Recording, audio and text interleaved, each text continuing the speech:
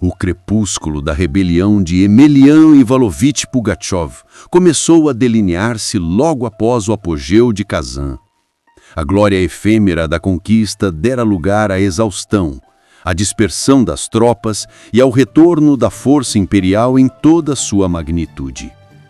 O que fora um movimento de esperança e fúria popular transformava-se lentamente em tragédia. As derrotas sucessivas minavam o moral do exército insurgente. A tomada de Kazan, outrora símbolo de triunfo, tornara-se lembrança distante, quase lendária. Nas planícies do Volga, aldeias queimadas, campos devastados e cadáveres insepultos testemunhavam a ruína do sonho camponês. O império, reorganizado e determinado, cerrava o cerco. O general Johan Mikkelson, veterano, disciplinado e de temperamento metódico, assumira o comando direto das operações após a morte de Alexander Alexandrovich Bibikov. Sob sua liderança, as forças imperiais ganharam nova coerência. Marchavam em colunas rápidas, guiadas por desertores e traidores, interceptando os movimentos dos rebeldes com precisão cirúrgica. As batalhas cruciais desse período definiram o destino da revolta. A primeira delas ocorreu nas cercanias de Kazan, quando Pugachev tentou retomar posições perdidas. A resistência imperial, reforçada por unidades de elite transferidas do sul, esmagou os insurgentes com fogo concentrado de artilharia. A improvisação rebelde revelou-se impotente diante da ciência militar do Estado. A mais devastadora de todas, contudo, foi a derrota em Tsaritsyn, às margens do Volga inferior.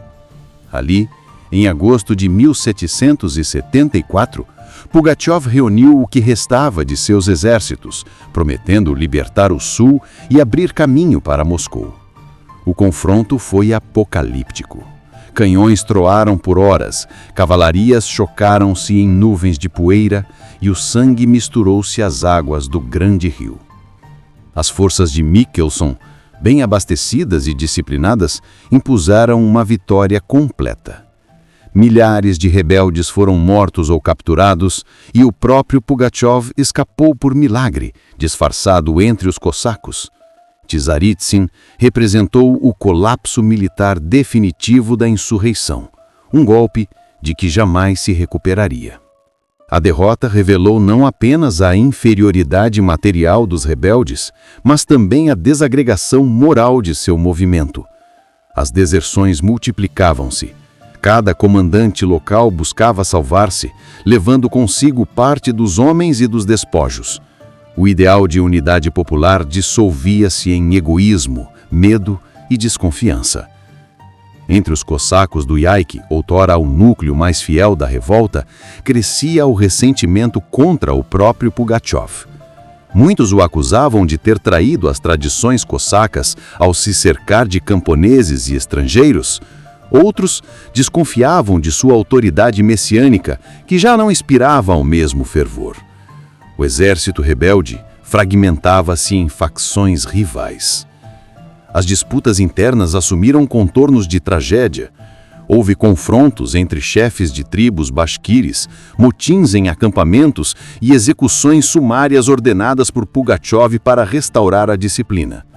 O líder, antes visto como o pai dos pobres, transformava-se aos olhos de muitos em tirano desesperado. A fome agravava a dissolução. Os campos, devastados pela guerra, não produziam mais. Os celeiros haviam sido saqueados e o inverno aproximava sem provisões. As tropas sobreviviam de pilhagem e de restos, arrastando-se pelas margens do Volga em busca de alimento. Em muitas aldeias, relatos falam de canibalismo e de epidemias de tifo. As consequências humanitárias eram catastróficas. Povoados inteiros desapareceram sobre as chamas. Populações inteiras foram dizimadas ou fugiram para as florestas. Mulheres e crianças, abandonadas pelos maridos mortos ou desertores, vagavam sem destino. O solo russo, já fértil em miséria, cobriu-se de um novo luto coletivo. A caça a Pugachev intensificava-se. A cada dia, novos destacamentos eram enviados para interceptar seus movimentos. Espiões e informantes, atraídos por recompensas, proliferavam nas aldeias. O governo imperial oferecia perdão e ouro a quem entregasse o impostor. O nome de Pugachev, que antes evocava glória, tornava-se sinônimo de maldição. A traição, inevitável fruto da derrota, germinava no seio de seu próprio círculo. Alguns de seus antigos aliados, vendo a causa perdida, começaram a negociar secretamente com os oficiais imperiais. Prometiam entregar o líder em troca de clemência. O destino do rebelde estava selado, não pela espada, mas pela perfidade. Pugachev, contudo, não cedeu facilmente. Durante semanas, conseguiu escapar a todas as emboscadas, mudando de disfarce e de rota, cruzando rios e estepes. Seu carisma ainda exercia fascínio entre os mais fiéis, que o seguiam como se a providência o protegesse. A lenda do czar imortal persistia mesmo em meio à ruína. Ainda assim, a realidade impunha-se. Sem suprimentos, sem aliados e cercado por um império inteiro, o exército rebelde deixou de existir como força organizada. Restavam apenas bandos dispersos, refugiados em matas e aldeias abandonadas. A chama revolucionária, antes incandescente, reduzia-se a brasa vacilante. O império, por sua vez, colhia os frutos amargos da vitória. As províncias devastadas clamavam por socorro, epidemias se propagavam com rapidez, a economia rural estava em colapso.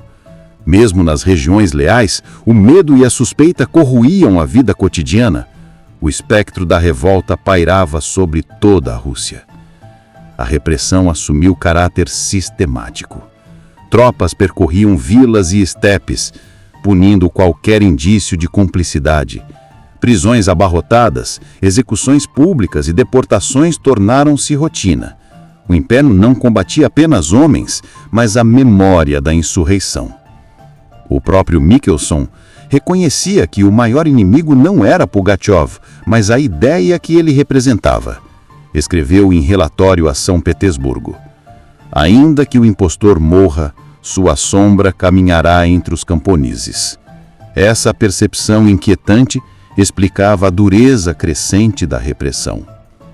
Entre os sobreviventes da revolta, muitos buscaram refúgio entre os nômades das estepes ou cruzaram as fronteiras meridionais, dando origem a fluxos migratórios sem precedentes. A miséria e o deslocamento transformaram-se em marcas permanentes das regiões envolvidas. O declínio da rebelião, portanto, não se limitou à derrota militar, mas configurou um colapso social total.